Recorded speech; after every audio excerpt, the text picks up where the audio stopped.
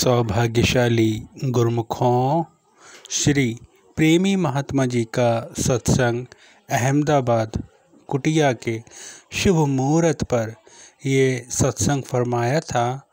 तभी का ये सत्संग है श्री प्रेमी महात्मा जी का। तो आइए गुरुमुखों, हम सब गुरुमुखजन श्री मुहूर्त का सत्संग सुनते हैं। प्रेम सहित मिलकर बोलो जयकारा, बोल मेरे श्री गुरु महाराज की जय। सत्संग शुरू करते हैं। सुंदर सिंहासन पर सुशोभित श्री हजूर सदगुरु दाता दयाल जी के पावन दर्शन करते हुए प्रेम सहित मिलकर बोलो जयकारा, बोल मेरे श्री गुरु महाराज की।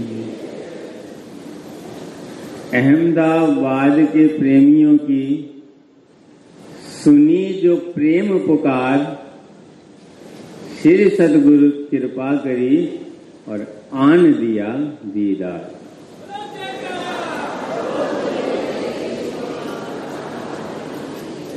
चहूं और छाई हैं खुशियां, छऊं दिस छाई बहार। इस अनमोल घड़ी की सबको बधाई लाखों बार।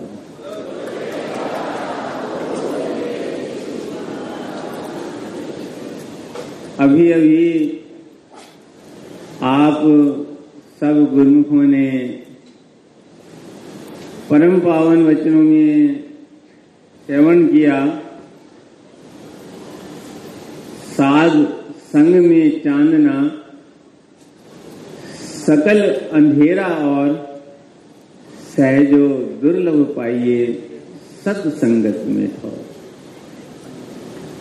महापुरुषों के जो पावन वचन हैं वो प्रकाश स्तंभ के समान होते हैं, जिनसे निरंतर प्रकाश ही प्रकाश निकलता रहता है, रोशनी ही रोशनी बरसती रहती है। और जो जीव भी उसमें आता है, उसके निकट आता है, उसके हृदय में भी प्रकाश भर जाता है। जैसे इस समय गुरुमुखजन श्री सदगुरुदेव दाता दयाल जी के चरणों में बैठे हैं और गुरुमुखों के अंतर में खुशियों का, आनंद का प्रकाश बरस रहा है।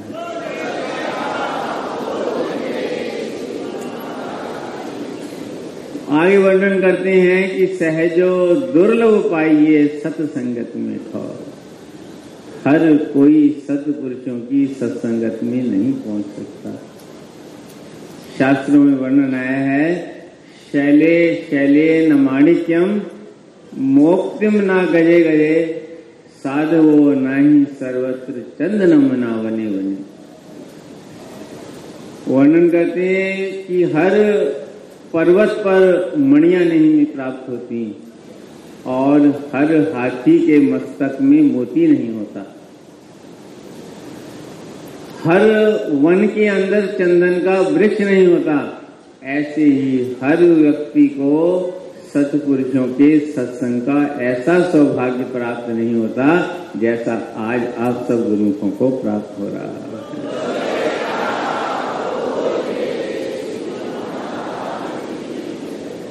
गोपियों ने एक बार भगवान श्री कृष्ण से पूछा कि आपने तो एक दिन के लिए, 2 दिन के लिए जो है अपनी उंगली पर जो है गोवर्धन पर्वत को उठाया तो आपका नाम गिरधारी पड़ गया। सारी दुनिया आपको गिरधारी कह करके जो पूजन करती है आपको। और हमने तो आपको, जो आप त्रिलोकीनाथ हो, आपको हृदय में धारण किया हुआ, हमें तो कोई त्रैलोक्य धारणी नहीं कहता। तो भगवान मुस्कुरा पड़े। भगवान ने कहा कि मेहनत तो, परिश्रम तो बहुत लोग करते हैं, लेकिन यश जो है किसी किसी को प्राप्त होता है। ऐसे ही भगवान ने कहा कि कर्म धर्म पुण्य बहुत लोग करते हैं, लेकिन सत्पुरुषों का जो सत्संग है, जिस पर परमात्मा की कृपा होती है, उसे ही प्राप्त होता है। जैसे श्री परम दयाल जी की कृपा से आज हम सबको प्राप्त हो रहा है। जिन्हें सत्पुरुषों का सत्संग प्राप्त हो जाता है, सत्पुरुषों का दर्शन प्राप्त हो जाता है, सद्गुरु के आशीर्वाद प्राप्त हो जाता है, उन्हें जो है उनके हृदय के अंदर ही ज्ञान का दीप जगमगा उठता है। उन्हें सत्य और असत्य की पहचान हो जाती है। जैसे कहा है, बिन सत्संग विवेक न होई, राम कृपा बिन सुलभ न सोई। सत्संग के बिना, परमात्मा की कृपा से के बिना सत्संग नहीं प्राप्त होता, और सत्संग के बिना जो है जीव को विवेक प्राप्त नहीं होता, विवेक की ज्योत नहीं जगमगाती, हृदय के अंदर ज्ञान का दीप नहीं जगमगाता। तो जब जीव महापुरुषों के चरणों में आता है तब उसे सत्य और असत्य का ज्ञान होता है। जैसे अभी श्री वचनों में वर्णन हुआ कि ये दुनिया 2 रोज की, मत कर या से हेत, गुरु चरणन से लागिए जो पूर्ण सुख दे। अभी श्री गुरु महाराज जी ने गुरुमुखों को सदा सुखी रहने का शुभ आशीर्वाद प्रदान किया है।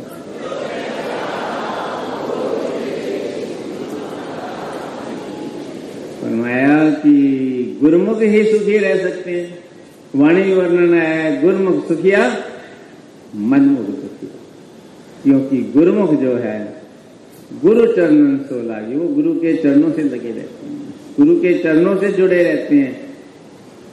जैसे इस समय गुरुमुख जन सदगुरु के चरणों से जुड़े हैं, इस समय आप तन से भी जुड़े हैं, मन से भी जुड़े हैं, आत्मा से भी जुड़े हुए हैं।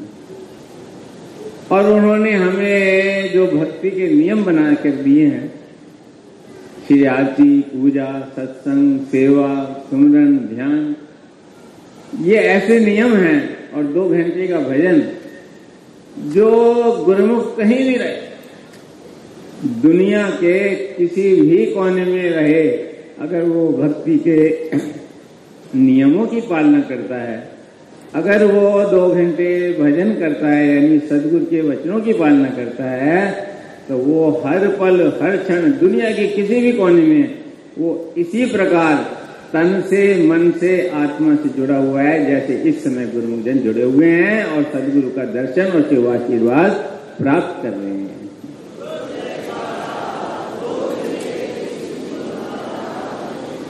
क्योंकि गुरुमुख जो सदगुरु के चरणों से जुड़ जाते हैं, उन्हें सत्य और असत्य की पहचान हो जाती है। वो फिर सत्य वस्तु ही चाहना करते हैं और सत्य वस्तु के पथ पर चल पड़ते हैं। जैसे आप सबने ये प्रसंग सुना हुआ है कि भगवान श्री कृष्ण के पास भगवान अपने महल में अपने सिंहासन पर लेटे हुए थे।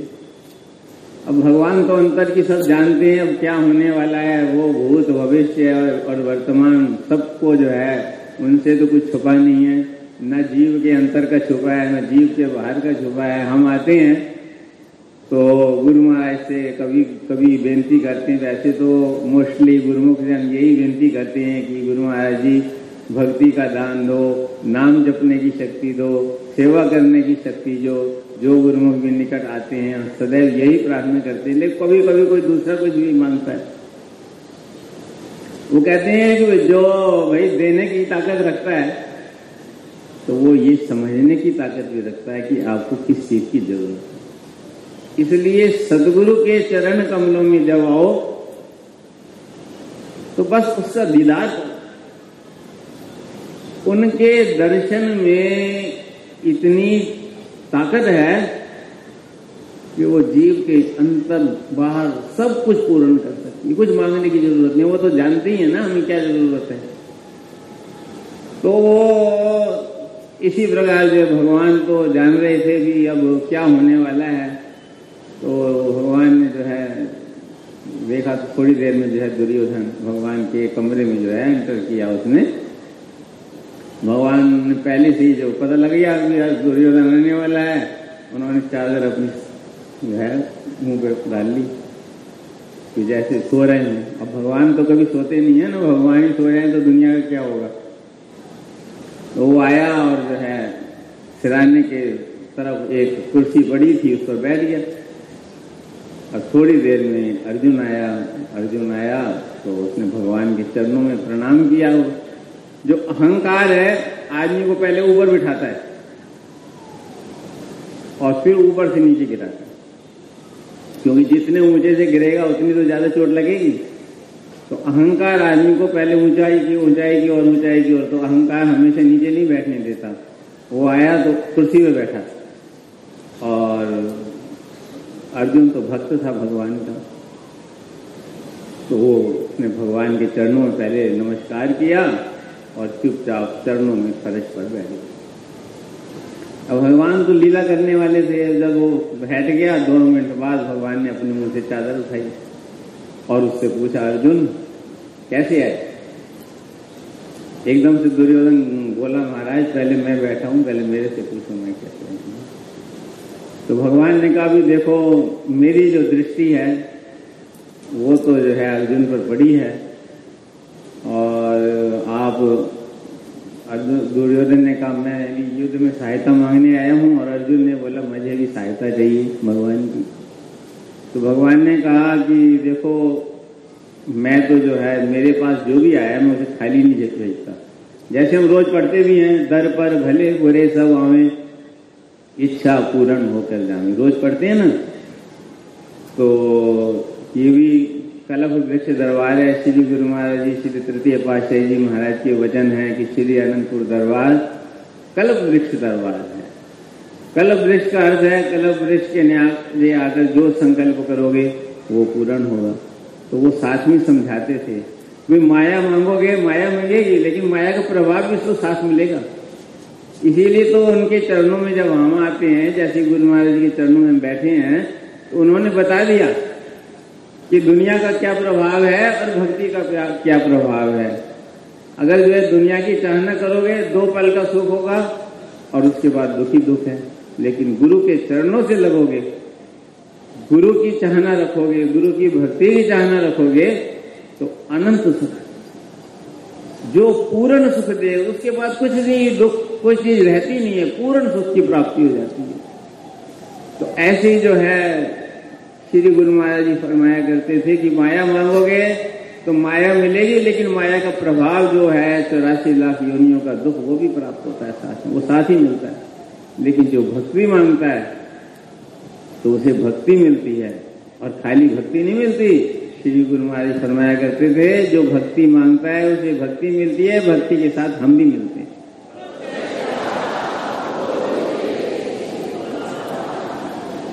अब यहाँ पर भी भगवान ने वही रचना रचारी। भगवान ने कहा, देखो एक तरफ तो मैं रहूंगा अकेला और मैं कोई शस्त्र भी नहीं उठाऊंगा, और दूसरी तरफ मेरी चतुरंगिनी सेना होगी, और जितना मेरा धन दौलत है वो सब दूसरी तरफ। अब जो दुर्योधन था वो घबराने लगा कि भाई अगर इसने अर्जुन ने ये सेना वैना सब मांग ली तो मैं अकेले अर्जुन को क्या करूंगा। लेकिन जो भक्त है, जिसके हृदय के अंदर ज्ञान का दीप जगा हुआ है, उसको तो भगवान की कीमत का पता है ना। तो उसने, भगवान ने कहा भी देखो, क्योंकि मैंने पहले अर्जुन को देखा है, अर्जुन की चॉइस पहली। तो अर्जुन ने जो है भगवान के चरण पकड़ लिए और उसने भगवान मुझे तो आप चाहिए। तो दुर्योधन अपना ऊपर का बहाना करने लगा, कहने लगा अब देखो आपको तो इसने मांग ही लिया, अब जो मुझे है वो मुझे दे दो। उनके चरणों में आके दोनों प्रसन्न होकर के गए। दुर्योधन जो चाहता था, माया चाहता था, उसे माया मिल गई, और अर्जुन भक्ति चाहता था, भगवान चाहता था, उसे भगवान मिल गया। जब दुर्योधन चला गया, उसने कहा कहीं फिर अदली बदली न हो जाए, फटाफट निकल गया वहां। तो भगवान ने जो है फिर अर्जुन की परीक्षा लेते हुए अर्जुन को कहा कि अब जीत तू सकता नहीं, अब जीत तू सकता नहीं, हरदम रहेगा तू उदास। माखन दुर्योधन ले गया, छाछ दे गई तेरे पास। ये असली माल तो वो ले गया, तेरे पास धन भी नहीं है, शूरवीर भी नहीं है, सेना भी नहीं है, फिर भी तूने छोड़ दिया। मैंने तुझे पहला जो है वो दिया था, मौका दिया, लेकिन तूने जो है छोड़ दिया, तो वो माखन माखन तो सारा कुछ वो ले गया, अब तेरे पास तो छाछ रह गई। तो अर्जुन ने आगे जवाब दिया, अर्जुन बोला कि अब हार सकता नहीं मैं, अब हार मैं सकता नहीं, दास कभी रह सकता नहीं उदास। अब मेरी हार नहीं हो सकती, और जो दास बन गया भगवान का वो कैसे उदास रह सकता है। तो उसने बोला माखन लेकर मैं क्या करूं, माखन लेकर मैं क्या करूं, अब माखन चोर है मेरे पास।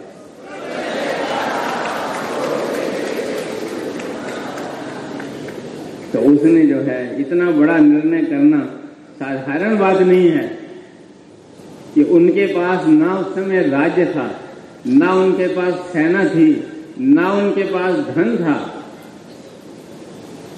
फिर भी उन्होंने जो है उसका त्याग कर दिया। किसके पीछे त्याग किया? भगवान के पीछे। क्योंकि अगर भगवान है तो जहां भगवान है वहां किससे सीखो। तो यही महापुरुष हमें सिखाते हैं, यही श्री गुरु महाराज जी ने आज हमें सिखाया है। हमेशा यही शिक्षा देते हैं क्या कि गुरु चरणन से लाल रहो, सतगुरु के चरणों को पकड़ करके रखो, जो पूर्ण सुख दे, कोई सुख भी बाकी नहीं रह जाएगा। जैसे श्री रामायण के अंदर वर्णन किया है, जिमी सरिता सागर पर जाहि, जदपि ताहि कछु कामना नहीं, तिमी सुख संपत्ति बिनहि बुलाए, धर्मशील पे जाए सुभाई। वो वर्णन करते हैं कि समुद्र जो है अपनी जगह पर स्थित रहता है, वो कहीं इधर उधर नहीं भागता, लेकिन नदियां दौड़ दौड़ कर उसके पास जाती हैं और उसमें मिलती है। सागर में को पानी की कमी है, उसे कोई कामना नहीं होती कि नदियां मुझ में आकर के मिलें, लेकिन नदियां फिर भी उसमें जाकर के अपनी शांति प्राप्त करती हैं। ऐसे ही उन्होंने वर्णन किया है कि जो अपने मन को अपने इष्टदेव सतगुरु के चरणों से जोड़ लेते हैं, जिन्होंने अपने मन को शब्द की कमाई के द्वारा, भक्ति के द्वारा सतगुरु के चरणों में स्थित कर लिया, तो दुनिया का सारा वैर उसके पीछे पीछे घूमता है। इसलिए हमारा बड़ा ऊंचा सौभाग्य है कि सदगुरु ने इस घोर कली काल के अंदर श्री परमहंस दयाल जी ने एक अद्भुत रचना रचाई है। आज भी श्री गुरु महाराज जी ने अपने वचनों में फरमाया कि ये सब श्री परमहंस दयाल जी की रचना है, उनकी ही मौज से सारे कार्य हो रहे हैं। अभी श्री संत नगर में फरमाया श्री सदगुरुदेव महाराज जी ने कि जो ये श्री परमहंस दयाल जी की रचना है, जहां जहां भी रचना रची हुई है वहां वहां पर श्री परमहंस दयाल जी स्वयं विराजमान हैं, और जैसी कृपा अनंतपुर धाम में बरस रही है वैसी वहां सब जगह बरस रही है। और जो गुरुमुख जन उनके पावन वचनों की पालना करते हैं, गुरुमुखों के घरों में भी तो गुरु महाराज के मंदिर बने हुए हैं, रोज गुरुमुख जन मंदिरों में, अपने घर के मंदिरों में भी आरती पूजा करते हैं। जो सत्संग के केंद्र बनाए हैं, जैसे आज भी श्री सदगुरुदेव दाता दयाल जी ने मणिनगर में श्री परमहंस अद्वैत मंदिर भक्ति के इस केंद्र की स्थापना की है, शुभ मुहूर्त किया है। तो जहाँ जहाँ भी जो है मंदिर बने हुए हैं, जहाँ जहाँ भी गुरुमुख जन श्रद्धा भावना से पूजन करते हैं, भक्ति के नियमों की पालना करते हैं, और 2 घंटे भजन अभ्यास का आज भी श्री गुरु महाराज जी ने फरमाया कि हर गुरुमुख जो भी गुरु दरबार का सेवक है, कहीं भी रहता है, जो सदगुरु के चरणों से जुड़ा हुआ है, सदगुरु के नाम का सिमरन करता है, सदगुरु की श्री परमहंस दयाल जी की कृपा उस पर सदा बरस रही है, सदा बरस रही है, जैसे आज हम सब पे बरस रही है। इसलिए हम सब गुरुमुखों का धर्म है। श्री गुरु महाराज ने अपनी असीम कृपा की है, अपने तन के कष्टों की परवाह किए बिना हमें घर बैठे आकर के पावन दर्शनों से निहाल किया है, अपने शुभ आशीर्वादों से निहाल किया है, अपने पावन वचनों से निहाल किया है। उनकी कृपा का हम कितना भी जो है आभार व्यक्त करें। मैं अपनी ओर से, सब संत मंडली की ओर से और सब संगत की ओर से श्री सदगुरुदेव दाता दयाल जी के पावन चरण कमलों में कोटि कोटि नमन, कोटि कोटि वंदन करता हूँ। आज के शुभ सत्संग की सभी गुरुमुख प्रेमियों को लाखों लाख बधाई हो। प्रेम सहित मिलकर बोलो जयकारा, बोल मेरे श्री गुरु महाराज की जय। हम सब गुरुमुख जन कितने सौभाग्यशाली हैं जो हमें घर बैठे ही संत महापुरुषों के वचन एवं सत्संग सुनने का सौभाग्य प्राप्त हो रहा है। हम दिन प्रतिदिन संत